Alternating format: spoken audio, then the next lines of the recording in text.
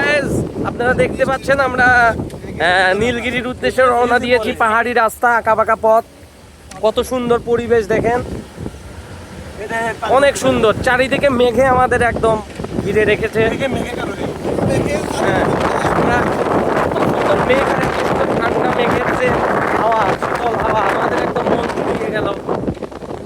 না বুঝতে পারবেন না, দেখেন চারিদিকে আপনাদের দেখাচ্ছি, কিন্তু কিছুই দেখা যাচ্ছে না মেঘের জ্বালায়।